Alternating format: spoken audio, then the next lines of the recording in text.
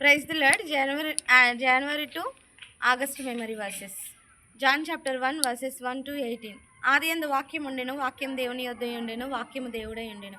ఆయన ఆది యందు దేవుని యొద్ద నుండెను, సమస్తమును ఆయన మూలముగా కలిగెను, కలిగి ఉన్నదేది ఆయన లేకుండా కలగలేదు. ఆయనలో జీవం ఉండెను, ఆ జీవము మనుషులకు వెలుగై ఉండెను, ఆ వెలుగు చీకటిలో ప్రకాశించుచున్నది కానీ చీకటి దానిని గ్రహింపకయుండెను. దేవుని యొద్ద నుండి పంపబడిన ఒక మనుష్యుడు ఉండెను, అతని పేరు యోహాను. అతని మూలంగా అందరు విశ్వసించినట్లు అతడు ఆ వెలుగును గురించి సాక్ష్యం ఇచ్చుటకు వచ్చెను. అతడు ఆ వెలుగై ఉండలేదు కానీ ఆ వెలుగును గురించి సాక్ష్యం ఇచ్చుటకు అతడు వచ్చెను. నిజమైన వెలుగు ఉండెను, అది లోకంలోనికి వచ్చుచు ప్రతి మనుష్యుని వెలిగించుచున్నది. ఆయన లోకంలో ఉండెను, లోకం ఆయన మూలంగా కలిగిన కానీ లోకం ఆయనను తెలుసుకొనలేదు. ఆయన తన స్వకీయుల యొద్దకు వచ్చెను, ఆయన స్వకీయులు ఆయనను అంగీకరింపలేదు.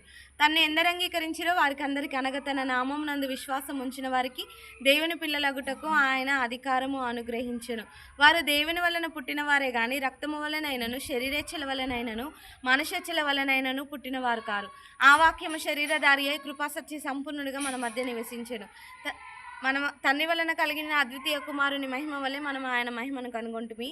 యోహాను ఆయనను గూర్చి సాక్ష్యం ఇచ్చుచు, నా వెనుక వచ్చేవాడు నాకంటే ప్రముఖుడు గనక ఆయన నాకంటే ముందటి వాడే ఆయన అనియు, నేను చెప్పినవాడు ఈయనే అనియు ఎలుగెత్తి చెప్పెను. ఆయన పరిపూర్ణతలో నుండి మనమందరము కృప వెంబడి కృపను పొందితిమి. ధర్మశాస్త్రము మోషే ద్వారా అనుగ్రహింపబడెను, కృపయు సత్యమును యేసుక్రీస్తు ద్వారా కలిగెను. ఎవరునూ ఎప్పుడునూ దేవుని చూడలేదు, తండ్రి రొమ్ముననున్న అద్వితీయ కుమారుడే ఆయనను బయలుపరిచెను. John chapter 4 verses 31 to 38. ఆలోగా శిష్యులు బోధకుడ భోజనం చేయమని ఆయనను వేడుకొనిరి. అందుకైన భుజించుటకు మీకు తెలియని ఆహారం నాకున్నదని వారితో చెప్పెను. శిష్యులు ఆయన భుజించుటకు ఎవడైనా ఏమైనాను తెచ్చినేమో అని ఒకనితోనొకడు చెప్పుకొనిరి. యేసు వారిని చూచి, నన్ను పంపిన వాని చిత్తమును నెరవేర్చుటయు ఆయన పని తుదముట్టించుటయు నాకు ఆహారమై ఉన్నది. ఇంకా 4 నెలలైన తర్వాత కోతకాలము వచ్చినని మీరు ఎరుగుదురు కదా. ఇదిగో మీ కన్నులెత్తి ఇప్పుడే పొలములను చూడిడి, అవి తెల్లబారి కోతకు వచ్చి ఉన్నావని మీతో నిశ్చయంగా చెప్పుచున్నానని చెప్పాను. విత్తువాడును కోయివాడును కూడా సంతోషించినట్లు కోయివాడు జీతము పుచ్చుకొని నిత్య జీవార్థమైన ఫలం సమకూర్చుకొనిచున్నాడు. విత్తువాడొకడు కోయివాడొకడు అన్న మాట ఈ విషయంలో సత్యమే. మీరు దేనిని గురించి కష్టపడలేదో దానిని కోయటకు మిమ్మల్ని పంపితిని. ఇతరులు కష్టపడిరి, మీరు వారి కష్టంలో ప్రవేశించుచున్నారని వారితో చెప్పాను. John chapter 6 verses 25 to 35.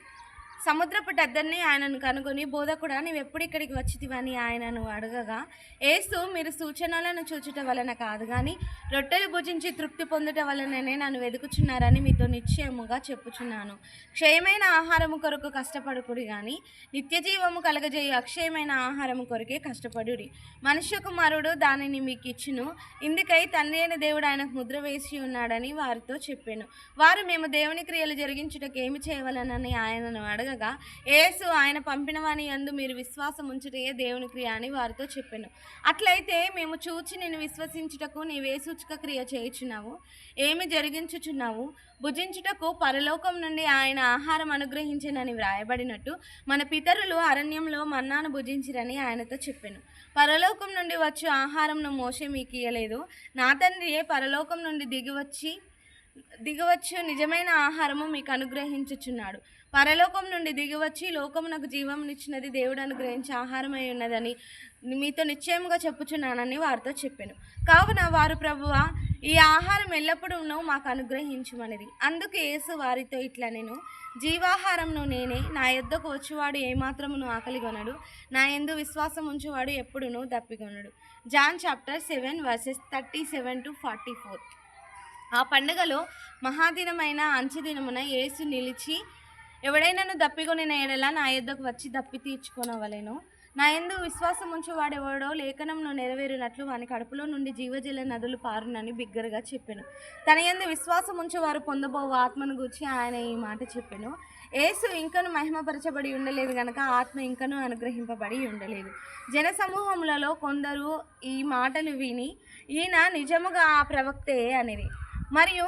మరికొందరు, నిజంగా ఈయన ఆ క్రీస్తే అనిరి. మరికొందరు, ఏమి క్రీస్తు గలిలయలో నుండి వచ్చిన క్రీస్తు దావీదు సంతానంలో పుట్టి దావీదు ఉండిన బెత్లెహేము అను గ్రామంలో నుండి వచ్చినని లేఖనము చెప్పుటలేదా అనిరి. కాబట్టి ఆయనను గూర్చి జనసమూహములలో భేదములు పుట్టిను. వారిలో కొందరు ఆయనను పట్టుకొన దలిచిరి కానీ ఎవరునూ ఆయనను పట్టుకొనలేదు. John chapter 10 versus 7-16. కాబట్టి యేసు వారితో ఇట్లా నేను గొర్రెలు పోవు ద్వారంను నేనే. నాకు ముందు వచ్చిన వారందరూ దొంగలను దోచుకొని వారునై ఉన్నారు. గొర్రెలు వారి స్వరము వినలేదు. నేనే ద్వారమును. నా ద్వారా ఎవడైనా లోపలికి ప్రవేశించిన ఎడల వాడు రక్షింపబడిన వాడై లోపలికి పోవచ్చు, బయటకు వచ్చుచు మేత మేయచు నుండును. దొంగ దొంగతనమును, హత్యను, నాశనం చేయుటకు వచ్చును గాని మరి దేనికి రాడు. గొర్రెలకు జీవం కలుగుటకును అది సమృద్ధిగా కలుగుటకును నేను వచ్చి ఉన్నానని మీతో నిశ్చయంగా చెప్పుచున్నాను. నేను గొర్రెల మంచి కాపరిని. గొర్రెల కొరకు నేను నా ప్రాణము పెట్టుచున్నాను. జీతగాడు గొర్రెల కాపరి కాడు గనక గొర్రెలు తనవి కానందున తోడేలు వచ్చుట చూచి గొర్రెలను విడిచి పారిపోవును. జీతగాడు జీతగాడే గనక గొర్రెలను లక్ష్యము చేయక పారిపోవును. నేను గొర్రెల మంచి కాపరిని. నేను నా తండ్రిని ఎరుగునట్లు నా తండ్రి నన్ను ఎరుగునట్లు నేను నా తండ్రిని ఎలాగూ ఎరుగుదునో నా తండ్రి నన్ను ఎలాగూ ఎరుగుదునో అలాగుననే నేను నా గొర్రెలను ఎరుగుదును. నా గొర్రెలు నన్ను ఎరుగును. నేను గొర్రెల కొరకు నా ప్రాణము పెట్టుచున్నాను.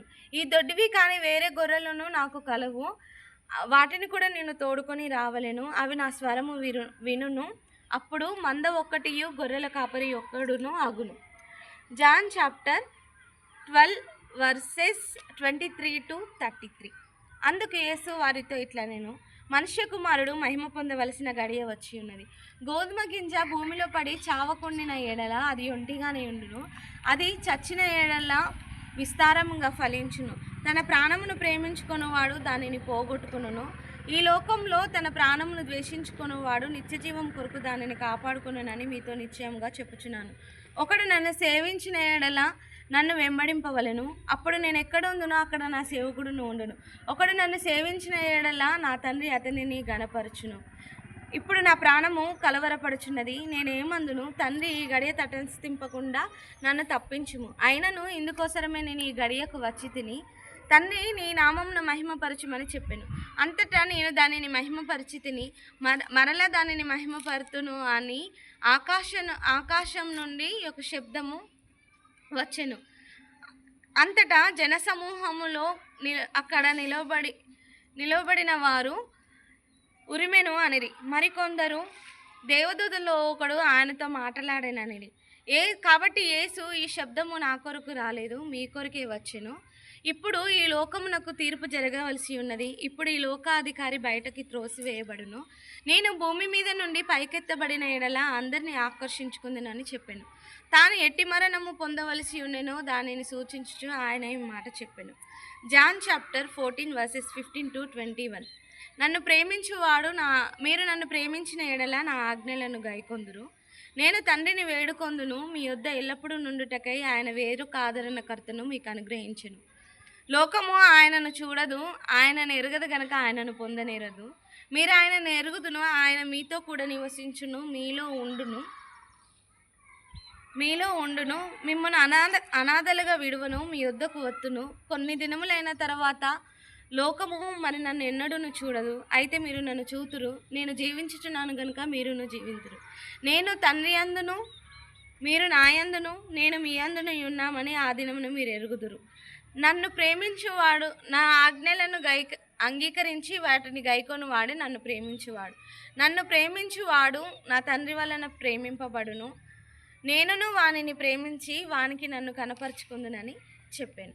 Thank you.